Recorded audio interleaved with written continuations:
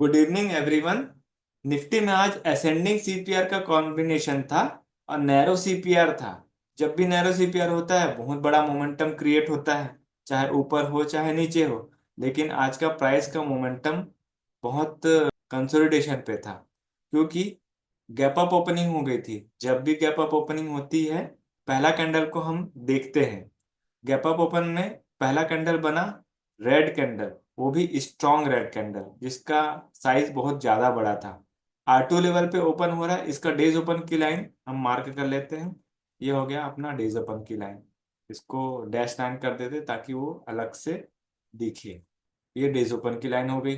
पहले ही कैंडल अगर days open से नीचे की तरफ में ब्रेक हो गया तो क्या होना चाहिए, इसमें नीचे की तरफ में जाता है। CPR tricks part 1 part 2 part 3 अगर क्लियर है तो ये वाला ट्रेड एक गोल्डन अपॉर्चुनिटी था, बाइंग के लिए और सेलिंग के लिए, दोनों के लिए।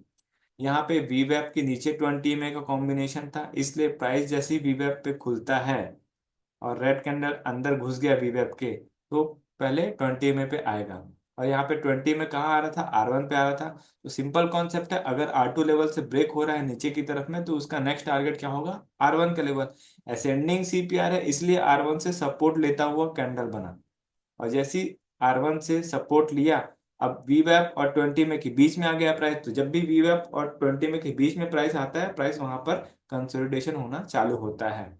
ये नीचे की तरफ में जाने की कोशिश किया था, 10:50 पे कैंडल की क्लोजिंग दिया था, लेकिन नीचे की तरफ में वीक आ गया था। और इसके पहले वाले दिन देखेंगे तो यहाँ पे बहुत बार एक रेजिस्टेंस फेस किया है, जो कि 23,294 है और 23,267 का लेवल था। तो इस वजह से यहाँ पे जब वीवेब के नीचे 20 में का कॉम्बिनेशन है तो नीचे पहली बार जा रहा है तो हम लोग एंट्री नहीं करेंगे। जैसे ही इस लो लेवल को ब्रेक करेगा नीचे की तरफ में, तब हम दोबारा एंट्री करेंगे। यहाँ पे पहली बार में जाने देना है। ऊपर पलट के फिर से अगर इस लो लेवल को ब्रेक करता, 23,272 को डिसाइसिवली ब्रेक करता नीचे की तरफ में, तब फिर सीपीआर की तरफ में जाते, क्योंकि सीपीआर का लेवल थोड़ा सा दूर आ रहा है तो हमको प्रॉफिट बहुत बढ़िया मिलता है। लेकिन ऐसा हुआ नहीं, कंसोलिडेशन पे रहा। और वीवेब के नीचे 20 में जब तक था तब तक पूरा कंसोलिडेशन ही हुआ है। और जैसे ही वीवेब के ऊपर 20 में का प्राइस निकला ऊपर की तरफ में, तो फिर से प्राइस रिजेक्शन ले लिया। देखिए कॉन्सेप्ट क्या कहता है, अगर गुरुवार का दिन है और एक्सपायरी वाला डे है तो फर्स्ट हाफ में मोमेंटम आ जाता है तो दूसरा हाफ शांत हो जाता है। और अगर फर्स्ट हाफ कंसोलिडेशन रहता है तो दूसरा हाफ में मोमेंटम आता है। नैरो सीपीआर के केस में अगर सीपीआर से ऊपर या नीचे की तरफ में जा रहा है प्राइस धीरे धीरे करके, तो पूरा दिन भर मोमेंटम में रहेगा, चाहे वो ऊपर हो चाहे वो नीचे हो। तो यहाँ पे जो मोमेंटम है वो कहाँ पे लैप्स हो गया, गैप अप ओपन हुआ तो मोमेंटम लैप्स हो गया था, इसलिए पूरा प्राइस कंसोलिडेशन पे रहा है। तो गुरुवार का दिन अगर गैप अप या गैप डाउन होता है तो आप देखेंगे वहां पे ज्यादातर टाइम कंसोलिडेशन ही हुआ है। तो ये आज का प्राइस का मोमेंटम था। हमको एंट्री कहाँ बोल करनी थी, जैसे ही ये रेड कैंडल बना वीवेब के नीचे क्लोजिंग दिया और इसके बाद एक डोजी कैंडल बना दिया। तो डोजी कैंडल बना दिया तो थोड़ा सा वेट कर लेना कि इस डोजी के नीचे चला जाए, लेकिन ये ऊपर गया। तो हमको ऊपर वाला जो डोजी बना रहा है ना, ऊपर वाला डोजी कब बना है, 9:30 बजे का कैंडल। तो इसके बाद एक रेड कैंडल बनेगा और इस डोजी को लो ब्रेक कर देगा, तब हम नीचे की तरफ में ट्रेड बनाएंगे और टारगेट R1 का रखेंगे। इसमें आप चाहो तो पुट बाय कर लो, चाहे तो आप कॉल को सेल कर दो, दोनों प्रॉफिटेबल रहता है। ऑप्शन चेन में आएंगे।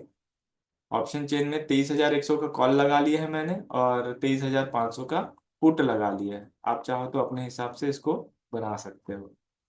यहाँ पे कॉल डिसेंडिंग सीपीआर था और पुट भी डिसेंडिंग सीपीआर था, दोनों डिसेंडिंग सीपीआर था, इसी वजह से सेलिंग का अपॉर्चुनिटी अच्छा खासा मिल रहा था। यहाँ कॉल देखेंगे, फर्स्ट कैंडल ग्रीन बना है और R1 प्रीवियस डे हाई को डिसाइसिवली ब्रेक कर रहा है ऊपर की तरफ में। लेकिन इसमें ध्यान देने वाली बात यह है कि यहाँ पे ऊपर की तरफ में एक बहुत बड़ा वीक आ रहा है। 1 मिनट में अगर वीक आ रहा है तो समझ सकते हैं ये सेल हुआ है पोजीशन, है ना। यहाँ पे प्रॉफिट बुकिंग हो गई है तुरंत, तो हमको यहाँ पे एंट्री नहीं करना है। वीक वाले पोजीशन के ऊपर जब जाएगा तब फिर एंट्री करेंगे। तो वैसे भी यहाँ पे गैप अप ओपन हुआ है तो ऊपर की तरफ में तभी जाएगा जब इसका हाई ब्रेक हो जाएगा। यानी कि 23,390 का लेवल जब ब्रेक हो जाता डिसाइसिवली ऊपर की तरफ में, तब हम कॉल का पोजीशन बनाते। तो यहाँ पे तो ऐसा कुछ हुआ नहीं। यहाँ ईएमए का फॉर्मेशन राइजिंग चैनल पे था। तो जब राइजिंग चैनल है और वीवेप थोड़ा दूर आ रहा है तो हमको वेट कर लेना है। कैसे करेंगे हम इसमें ट्रेड, कॉल और पुट में? अब देखो, पुट में वीवेप के नीचे चल रहा था प्राइस और इसमें भी फॉलिंग चैनल था, है ना। तो जब फॉलिंग चैनल राइजिंग चैनल में चेंज हो जाए तब हम बाइंग करेंगे, और ये जो राइजिंग चैनल है जब ये फॉलिंग चैनल में चेंज हो जाए तब हम उसको सेल करेंगे।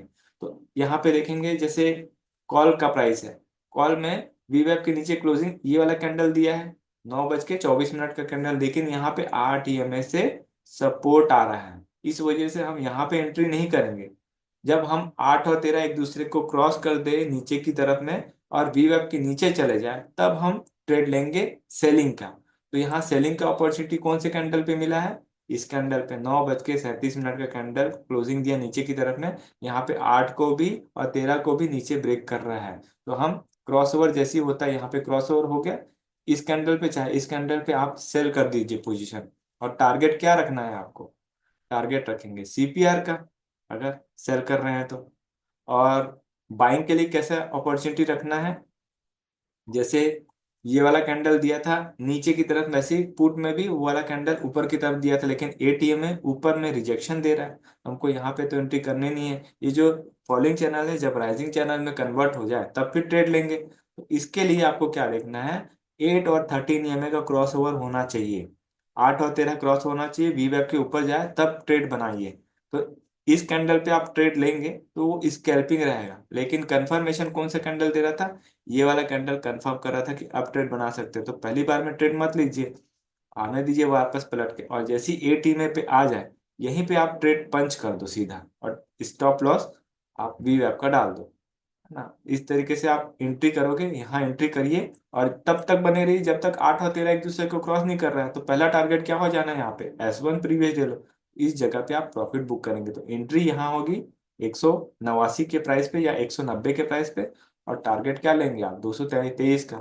इतना टारगेट लेने के बाद में ट्रेड को छोड़ना बनता है, क्योंकि गैप अप हुआ है ना। पुट में प्राइस तब बनेगी जब S1 प्रीवियस डे लो को डिसाइसिवली बड़े कैंडल के साथ में ब्रेक कर जाए, तब फिर हम सीपीआर का टारगेट ले सकते हैं। लेकिन S2 से लेकर के S1 तक का टारगेट हमको मिल चुका है, और हमने एंट्री किस कैंडल पे किया है, 9:43 का कैंडल पे पुट में बाइंग लिया है। और जिसको कॉल सेल करना है उसके लिए तो बेस्ट अपॉर्चुनिटी है, आप इसको ट्रेड को छोड़ सकते हो सीपीआर तक के लिए, तो ये आपको बड़ा प्रॉफिट कमा करके दे देगा। हाँ, एक और चीज, मान लीजिए आपने पुट में यहाँ एग्जिट लिया, अगर S1 प्रीवियस डे लो पे आपका प्रॉफिट बुकिंग हो रहा है पुट में, तो सेलर को प्रॉफिट कहाँ बुक करना है, इसी कैंडल पे 9:55 पे अगर आप पुट में बाइंग में प्रॉफिट बुक कर रहे हैं, सेम चीज आपको सेलिंग में मिलेगी। ये 9:55 का जो कैंडल है यहाँ पे कॉल में प्रॉफिट बुकिंग होती है, लेकिन यहाँ पे फॉलिंग चैनल पहले बन चुका था, इसी वजह से सेलर रुक सकता है लेकिन बायर नहीं रुक सकता। देखो, अगर बायर रुकता तो इसको जिगजैग करके बहुत ज्यादा, इसके लिए बहुत ज्यादा तकलीफ है, सेलर के लिए उतना ज्यादा तकलीफ नहीं है, बायर के लिए थोड़ा दिक्कत है, क्योंकि इसमें प्रीमियम डीके होता है और आज का दिन तो एक्सपायरी था इसलिए प्रीमियम डीके फास्ट होता है। तो इसलिए ये जो कैंडल का फॉर्मेशन ऊपर की तरफ में गया है ये भी बायर नहीं ले पाता है। तो इस चीज को छोड़ देंगे, हम अपना सूटेबल प्रॉफिट लेके एग्जिट कर देंगे मार्केट से। और इंडेक्स में ट्रेड पुट का तभी लेंगे जब ये वाला कैंडल नीचे, जब ब्रेक हो जाए, इसका लो ब्रेक हो जाए तब फिर नीचे की तरफ में जाएंगे। तो यहाँ पे तो ब्रेक नहीं हुआ, अब हम ऊपर की ट्रेड तब बनाएंगे जब वी बैप और 20 में कॉम्बिनेशन हमको ऊपर की तरफ में इशारा करेगा। तो जैसे कॉल में अगर ट्रेड बनाना है, अब जैसे यहाँ पे कॉल में ट्रेड बनाना है, आपको दिख गया सीपीआर तक का ट्रेड तो मिल गया है। अब सीपीआर से अगर ऊपर की तरफ में जा रहा है तब आप ट्रेड कहाँ पे लेंगे? अगर रिवर्स ट्रेड करना है, वीवेब के नीचे पूरा ईएमए की लाइन है लेकिन कैंडल सीपीआर से सपोर्ट लेके ऊपर की तरफ में आ गया है, तो आप ट्रेड बनाने के लिए क्या करेंगे, 8 EMA 34 EMA को ब्रेक कर दे। 8 EMA जब 34 EMA को ब्रेक कर दे, पहले तो 8 और 13 एक दूसरे को ब्रेक कर देना चाहिए क्रॉस ओवर, उसके बाद 8 EMA जैसी 34 EMA को ब्रेक कर दे ऊपर की तरफ में, आप वहां पे एक छोटा सा ट्रेड लेकर के स्कैल्पिंग में एक दो कैंडल में प्रॉफिट बुक कर सकते हैं। जैसे ही 8 EMA से प्राइस थोड़ा दूर हो जाता है आप ट्रेड को छोड़ दीजिए, ऐसे में आप स्कैल्पिंग में प्रॉफिट बुकिंग कर सकते हैं, आपको मिल जाएगा कुछ ना कुछ छोटे मोटे पॉइंट्स मिल जाएंगे। तो इस तरीके से आप ट्रेड को ले सकते हैं डिसेंडिंग सीपीआर था, लेकिन सीपीआर से जंप किया तो ये वापस R1 प्रीवियस डे हाई पे जाता है। तो सीपीआर का रूल सही से काम करता है, लेकिन स्कैल्पिंग में आपको कैसे ट्रेड लेना है ये मैं बता रहा हूँ ईएमए और वीवैप के बेसिस पे। तो एंट्री और एग्जिट यही वाला प्राइस होना चाहिए आपका। और इस जगह पे जब कॉल में एंट्री बनी, कब बनी, जैसे ही ये वीवेब के ऊपर पूरा ईएमए का क्रॉसओवर हो गया है तो पहली बार में जाने दीजिए। उसके बाद जब एटीएमए से सपोर्ट लेवल R1 के ऊपर गया, यहाँ पे आप एंट्री करके next target previous day high का बुक कर सकते हैं। तो ये छोटा छोटा ट्रेड था जिसमें आप कर सकते थे। बाइंग के लिए पुट में स्टार्टिंग में बाइंग का मिला, उसके बाद फिर कॉल में बाइंग का अपॉर्चुनिटी किस तरीके से था ये मैंने आपको बता दिया। तो इतना ही था आज के क्लास में। इसके बाद हम नेक्स्ट डे का एनालिसिस करेंगे। नेक्स्ट डे के लिए अगला सीपीआर पे आ जाते हैं। यहाँ पे देखिए अगला सीपीआर नैरो बन रहा है, क्योंकि आज मोमेंटम नहीं मिला तो इसका मोमेंटम कल मिल सकता है, लेकिन आज का सीपीआर वर्जिन सीपीआर बन गया है। इसी वजह से अगर प्राइस S2 पे आ जाता है तो ये यहाँ से बाउंस होकर ऊपर जाने की कोशिश करेगा। सीपीआर से अगर रेड कैंडल बनता है नीचे की तरफ में तो पहला टारगेट S1 प्रीवियस डे लो हो जाएगा, और अगर S1 प्रीवियस डे लो टूट जाता है तब हम S2 का टारगेट ले सकते हैं। वर्जिन सीपीआर के केस में हो सकता है यहाँ से बाउंस करे ऊपर की तरफ में।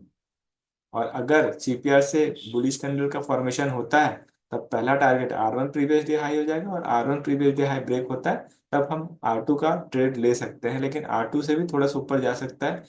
यहाँ पे ऊपर का जो ट्रेड है वो थोड़ा पास आ रहा है, और 23,450 का जो लेवल है यहाँ पे एक रेजिस्टेंस ले रहा है। एक वन डे के टाइम फ्रेम पे मैंने वन डे के टाइम फ्रेम पे प्रीवियस लो और S1 का लेवल को मार्क कर दिया है, ताकि मेरे को अपर और लोअर लेवल पता रहे कि कहाँ कहाँ पे आ रहा है।